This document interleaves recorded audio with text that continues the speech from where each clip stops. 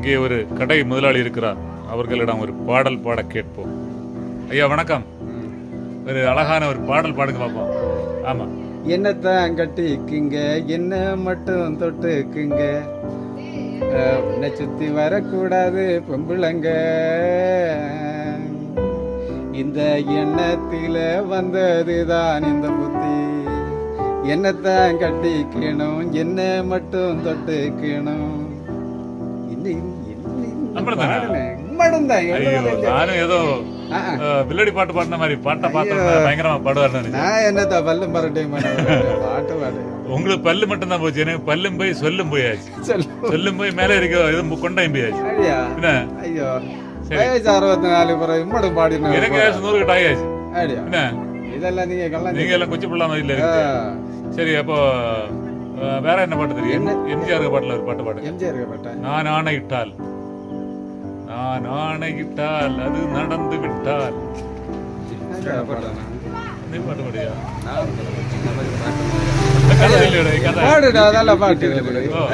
கதை சொல்லுவியா? சரி, அப்போ ஒரு கை காட்டு. இப்படி காட்டு.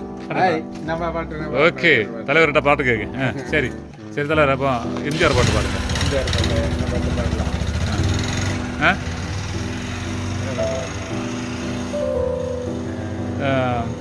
அச்சம் என்பது மடமையடா. அதுக்கடுத்து வேற ஏதாவது ஒரு பாட்டு நான் சொன்னேன் இல்லை. இப்போ நான் ஆணையிட்டால் அது நடந்து விட்டால், அது நான் ஆணையிட்டால் அது நடந்து விட்டால் இந்த ஏழைகள் வேதனை படமாட்டார். உயிருள்ளவரே ஒரு துன்பமில்லை, அவர் கண்ணீர் கடலிலே விழமாட்டார். அருமை, பாடுங்கள். நான் ஆணையிட்டால் அது நடந்து விட்டால் இந்த ஏழைகள் வேதனை படமாட்டார்.